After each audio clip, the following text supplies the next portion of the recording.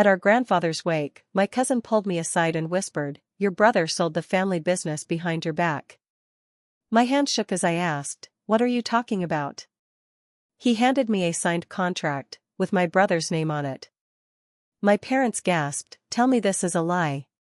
My brother smirked, "It's called taking what I deserve."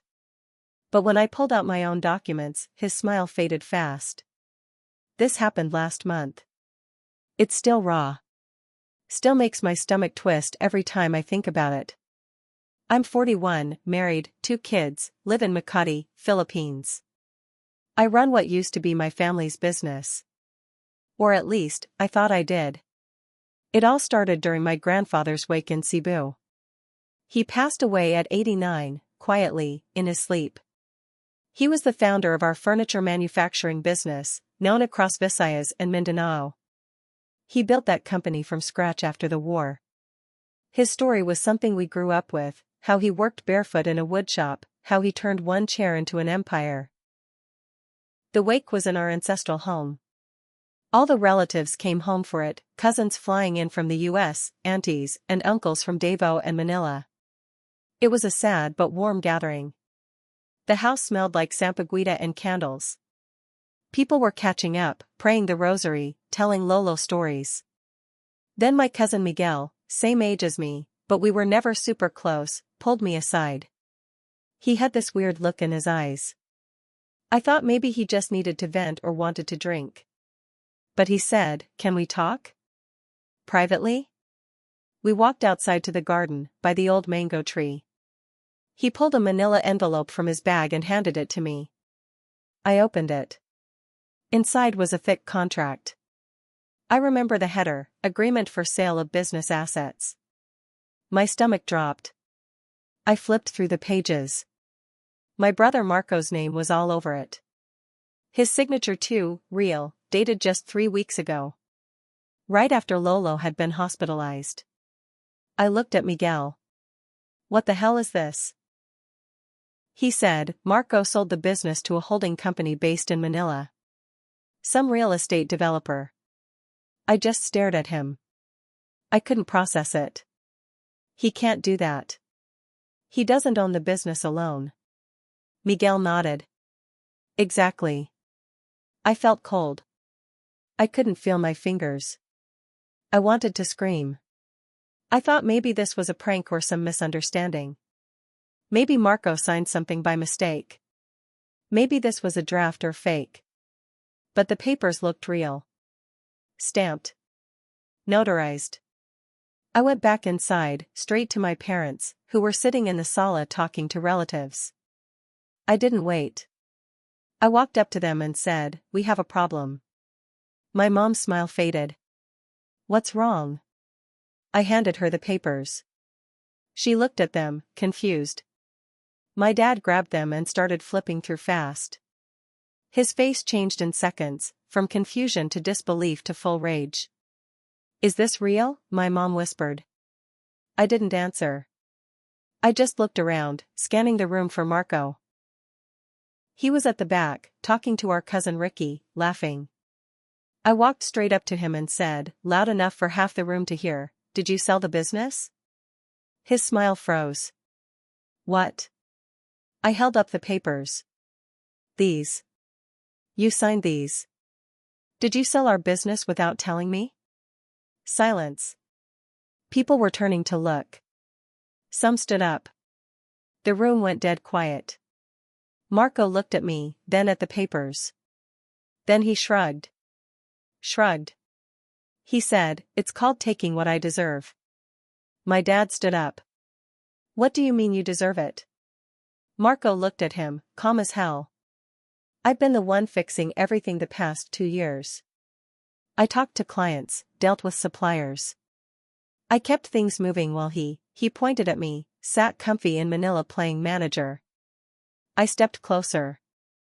"That's not how this works. We both own the company. Lolo left it to the both of us. You don't get to sell it alone." He smirked. "Well, I did." That's when I pulled out my own documents. I had our grandfather's original agreement, one he signed 2 years before he died.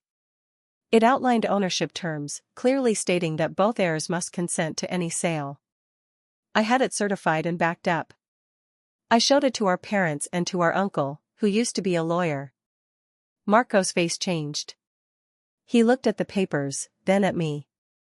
His smirk disappeared. My mom whispered, "Please tell me this isn't true." My dad looked like he was about to throw something. Marco said nothing. Nothing. Then came the questions. My uncle asked who the buyer was. My cousin started Googling the company name. Turns out it's tied to some controversial real estate group buying up industrial land in the provinces to turn into resorts and condos. Everyone started whispering. Someone said, "How much did he get?" Another said, "Did he even talk to the board?" We have a small board composed of family elders and longtime managers. He didn't talk to any of them. I stood there, shaking. I've never felt that level of betrayal. We grew up in that shop. We used to play hide and seek between the varnish barrels.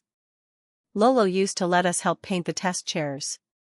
And now, Marco just sold it, like it was some old bike he found in the garage. He didn't even tell me. Didn't tell our parents. The room was silent for a few seconds, just heavy breathing and whispers. Marco walked out without another word. My dad tried to go after him, but my mom stopped him. She was shaking. "Not here," she said.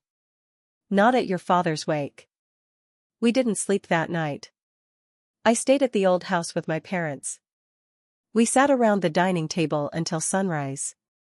My dad kept rereading the contract like maybe it would change if he looked at it enough.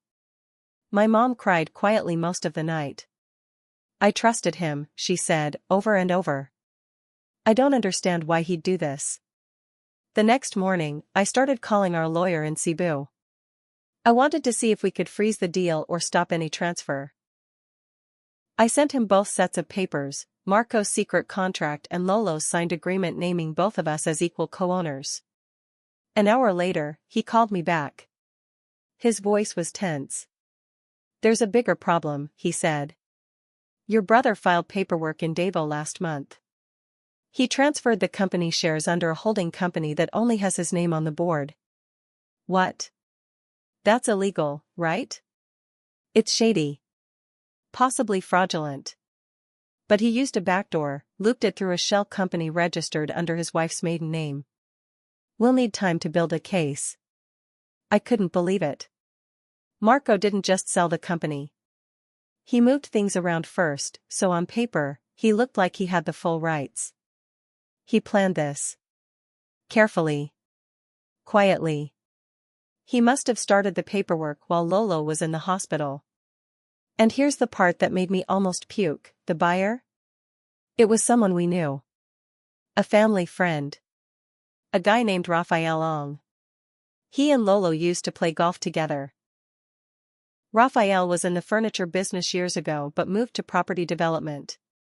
We hadn't heard from him in a while. Turns out, he reached out to Marco privately. They set the whole thing up behind everyone's backs. Now I was boiling. A few days later, after the funeral, Marco finally called me. I let it ring twice before answering. He said, "I heard you talked to Rafael. You think I wouldn't?" He sighed. "Look, I did what I had to do. The company wasn't going anywhere. You were too busy in Manila.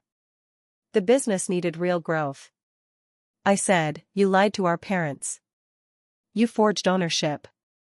You knew Lolo wanted us to run it together. You spit on his memory at his wake." There was silence. Then he said, "Don't be so dramatic. You'll still get your share of the sale." That's when I snapped. "My share? You mean the crumbs you left after stabbing everyone in the back?" He didn't even argue. Just said, "If you want to fight this, go ahead. But I've got lawyers, and they're good." I hung up.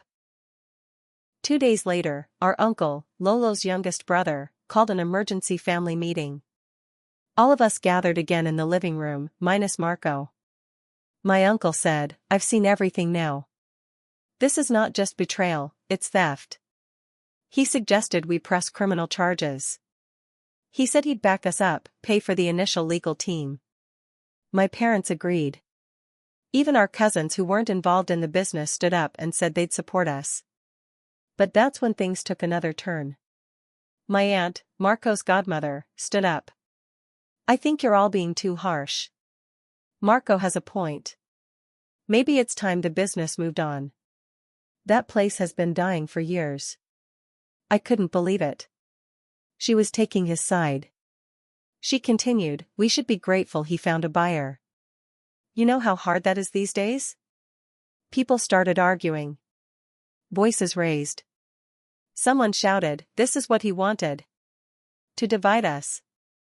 My dad slammed his hand on the table. He won't win. I don't care if it takes years, we will fight this. And just when I thought it couldn't get worse, Miguel, the same cousin who warned me, leaned over and whispered, there's something else. What now? I asked, already drained. He said, I checked the buyer's company registration in Makati. Guess who else is on the board? I looked at him. Marco's wife, and your aunt. I froze. That meant Marco had help. From inside the family. My aunt had been in on it the whole time. She pretended to be neutral, but she was part of the setup. That was the final blow for the night. I told my parents what Miguel found. My dad looked like he'd aged 10 years in one evening. My mom whispered, they sold out their own blood. I didn't sleep that night either. All I could think was, what the hell do I do next? I didn't tell anyone right away, but that night, after the family meeting, I took a long walk around the neighborhood, just me and the sound of dogs barking from other yards. My grandfather's house sat on a quiet street in Mabalo, Cebu. Old houses, tall trees, cracked pavements. Places that held memories. When I came back inside, I passed by Lolo's study. The door was slightly open. Now, that room had always been off-limits growing up. Lolo used to say, no one touches my files unless I say so. He kept everything in there, ledgers, receipts, contracts, even old love letters from Lola. After he got sick, the room had been locked. Except now, it wasn't. Curious and still burning from everything that had happened, I pushed it open. Everything was still there. Shelves packed with folders. A thick layer of dust on his desk. I turned on the desk lamp. And that's when I saw it, a file left out in the open, labeled in Lolo's handwriting, in case of emergency, business documents. I opened it.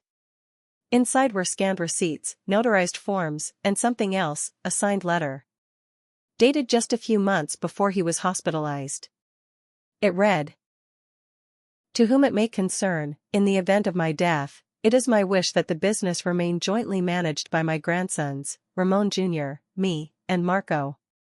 However, should there be any attempt by either to act without written consent from the other, the ownership reverts to the family trust. No sale or transfer shall be valid without full family board approval. Ramon Sr. It was notarized. Witnessed by our family lawyer. I nearly dropped it. Because this meant everything Marco had done, every paper, every contract, was automatically void. If the trust kicked in, he had no authority. I took a photo, then the original, and hid it in my suitcase. My plan was to meet the family lawyer in person the next day. But fate had other ideas. That night, someone broke into the house. Nothing else was touched. Not the silverware. Not the jewelry in the master bedroom. But Lolo's study? Ransacked.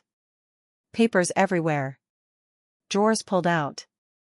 Files tossed like garbage. My heart dropped when I realized what they were looking for. Someone knew. I checked my suitcase. The document was still there. But just barely. The zipper was undone. That's when it hit me, whoever did this knew exactly what to look for. This wasn't a random break-in. This was someone who knew the family. Someone who knew about the trust. Someone who had access. The only people staying in the house that night were me, my parents, and Marco's wife. The next morning, I confronted her. Her name's Clarice. She's quiet, usually polite. But something about her had always rubbed me the wrong way. I found her drinking coffee on the back terrace like nothing happened. I said, "We had a break-in last night." She didn't even flinch. Just said, "Really? That's scary." I stepped closer. They only touched Lolo's study. Nothing else. She looked at me. Calm. Too calm. Maybe someone wanted an old family photo. I said nothing. Just stared. Then she smiled and added, "You should be careful with documents. So easy to misplace things these days." She got up and walked back inside. That same afternoon, I met with our family lawyer. His office was in La Hug, not far from the IT park. I showed him the emergency letter. He stared at it for a long time, then slowly nodded. "This changes everything," he said. If the trust reactivated upon breach of the joint clause, Marco's actions were not just illegal, they're punishable. "Can we stop the sale?" He leaned back in his chair. "Yes. But there's more." "What?" He looked at me carefully. "Do you know about the clause in the trust that kicks in if fraud is suspected?" I shook my head. He opened a cabinet and pulled out a copy of the family trust agreement, yellowed with age. He flipped through pages, then pointed at one. It read, "Should any heir act with intent to defraud the family estate, a temporary trustee may be appointed. The authority of the offending heir shall be revoked pending investigation." He looked up at me. "You can file for emergency trusteeship." My mind was spinning. "And I'd take over?" He nodded. "If the board approves." My heart was racing now.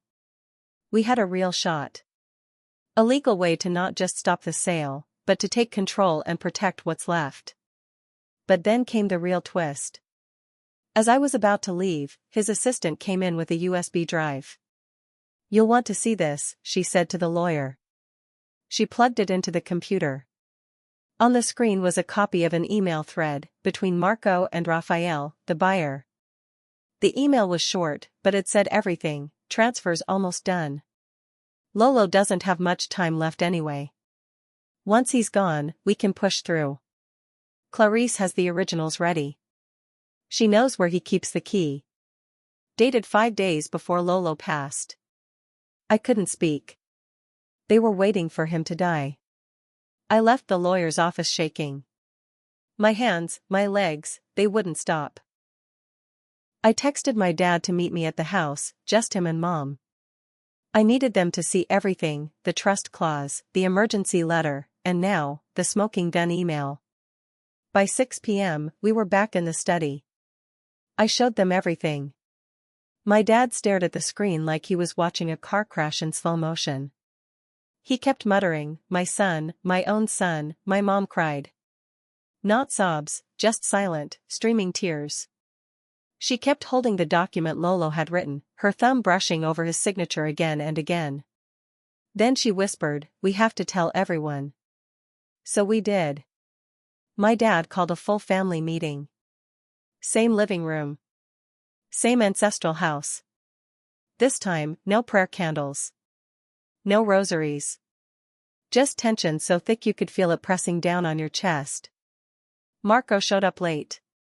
Clarice came with him, her chin up like nothing was wrong. They sat together on the far couch. Everyone else, cousins, Titus, even our housekeeper who'd been with us 30 years, sat quiet, waiting. My dad stood. Calm. Measured. He began, "We have proof that Marco acted illegally. That he planned this. That he used family members to forge authority he didn't have." Then he dropped the printed emails on the center table. Gasps. Someone swore. Marco looked down at them, expression unreadable. Clarice stared straight ahead. My mom said softly, "You waited for your grandfather to die. You timed this." Marco finally spoke. He was dying. And the business was failing. Someone had to act. My uncle shouted, "You lied to us. You forged our legacy." Marco stood. What legacy? You think Lolo cared about legacy? He worked himself to death for that factory, and where did it get him? Hooked up to tubes, still worried about payroll. I wanted something better. For myself. For Clarice. For my kids. I walked up to him, paper in hand. Then why didn't you fight fair? Why not come to the board, or to me? You could have pitched the sale. You could have gotten support. He didn't answer. So I said louder, "You didn't because you knew we'd say no." Clarice finally stood. This is all dramatics. Business is business. Marco did what he had to. If you can't see that, maybe you're the problem. That's when my dad lost it. You think this is about business? This is about family. About trust. We gave you everything, and you spat on it. My mom stepped forward, holding the trust papers. You betrayed your grandfather. You betrayed us. You don't deserve a single cent. Marco laughed, bitter. You think I care? I already got what I wanted. You can keep your old factory. The buyers will find a way to win anyway. But that's when Miguel, my cousin, stood up. I emailed the trust documents to the buyer's legal office this morning. They replied. Deal's off. They don't want to be tied up in a legal war. Silence. Marco's face went pale. Clarice turned to him. You told me this was locked in. And then, publicly, clearly, venom in her voice, she said, "You idiot." Then she walked out. Just like that. No tears. No guilt. Just gone. Marco didn't move. He just sat back down. Head in his hands. Nobody spoke for a long time. My mom sat beside my dad, both looking 10 years older than they had last week. One of my titas stood and said, "So what now? Are we just going to pretend this didn't happen?" Another cousin added, "You should have him arrested." Miguel said, "He'll face consequences. He broke corporate law. But, he's still family." I walked to Marco. Why? He looked up, finally. Eyes red. I was tired. Of always being second. Lolo always said you had the mind for business. I did the dirty work, the hard stuff. No praise. No thanks. I thought, if I pulled this off, maybe I'd be the one who mattered. I didn't say anything. What could I say? In the end, we didn't press criminal charges. Instead, we went through civil arbitration. The board voted unanimously to remove Marco from any involvement. His name is officially gone from the company. He and Clarice separated a week later. She moved to Singapore. Haven't heard from her since. As for the business, it's still struggling, but we're holding on. We hired a new manager. We restructured. We're trying to do it Lolo's way, slow, honest, tough. Our family? Still healing. Some relatives don't talk to Marco at all. Others try to keep peace. He moved to Dimagit, started teaching woodworking classes. Quiet life. Sometimes I wonder if he ever regrets it. As for me? I go back to that night in the study a lot in my head. How close we were to losing everything. How much trust can be destroyed by one person's secret. But I also think about my grandfather. How he wrote that letter. How, even near the end, he still protected us. I carry that with me now. And if there's one thing I've learned, it's this: family can break your heart in ways strangers never could. But sometimes, it's the people you almost lose who teach you how to hold on.